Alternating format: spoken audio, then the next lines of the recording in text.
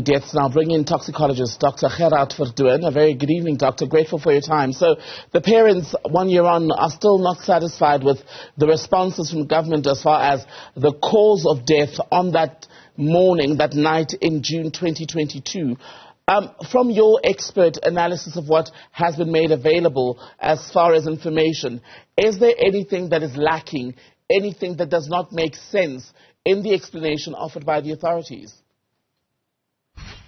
Yes, well, going back to the history of the incident about a year ago, it was disappointing in the way in which the law enforcement agency actually tackled the problem, because they arrived at the scene much too late. Now, when you get to a case like this where there's a large number of human mortalities, you need to enclose the place completely within minutes after such an incident, and then you've got to start doing the forensic investigation so that any forensic investigator would know that it's primary responsibility to close off the place and keep anybody out that is not actually a member of the forensic investigation team, because you need to look at circumstantial evidence. That is very important, because that will give you some guidance on what to start looking for when you start doing any pathology or toxicological analysis in the case of this one, which was very important, because there was an allegation that the kids might have taken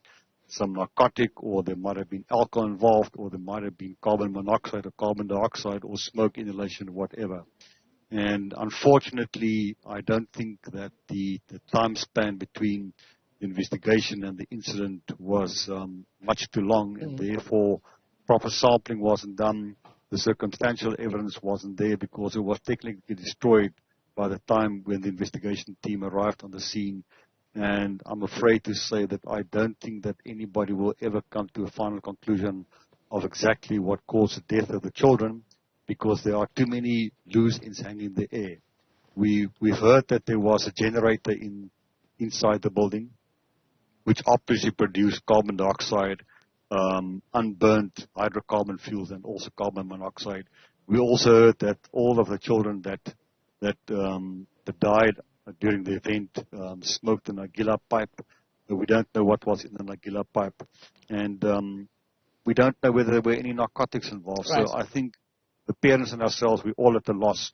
We don't know what the cause is, and whether we ever come to the bottom of this, I'm not too sure about that. And the cause of death at last explanation was that they died of asphyxiation, and I wonder if these 21 young people had died of asphyxiation, why it is that the other people who were also at the tavern on that night appeared unaffected, because it was these youngsters who died, but there were other people as well. When you look at the video, it was packed that night.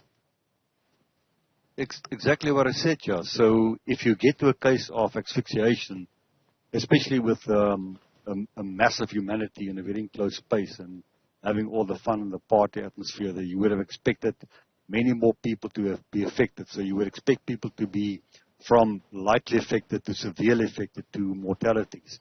But we find that only a small complement of the people were affected, and they basically all passed away on the scene. So something else came into play there. It wasn't just simply asphyxiation because of carbon monoxide overload or because of carbon dioxide overload, because then more people would have been affected. There would have been survivors that could have given some more evidence of the case. So something else comes into play, and we don't know what that is. The only thing I can think of is that the allegation might hold a bit of water, that these kids were all involved in the smoking of a nargila pipe, and something was in that nargila pipe, and we don't know what was in it. There might have been cyanide, there might have been something else. It might have been a heavy narcotic like methamphetamine. We don't know, and that is the big question, because of the fact that only a small number of the large number of people that were in the room submitted to the cause of the death, and we don't know what that cause of death is. But it's certainly not as if it was asphyxiation only, because only a small percentage of the people died because of it. Could there have been multiple different causes of death, in fact?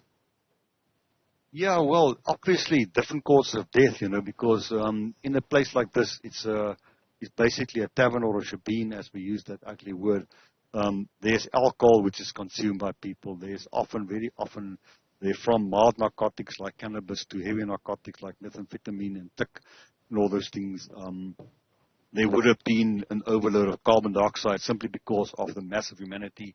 There would have been a contribution of the generator of carbon monoxide in the system. So there's multiple causes, but the multiple causes didn't actually cause the death of the people. It would have been one main cause, and the other causes like the carbon dioxide and the smoke and the carbon monoxide would have been contributing to the death of the people. So I don't understand what happened there, because it's a mystery to me to understand that only 17 or 19 people died out of the mass of the people who were there. So there's a very big unanswered question in this whole equation there.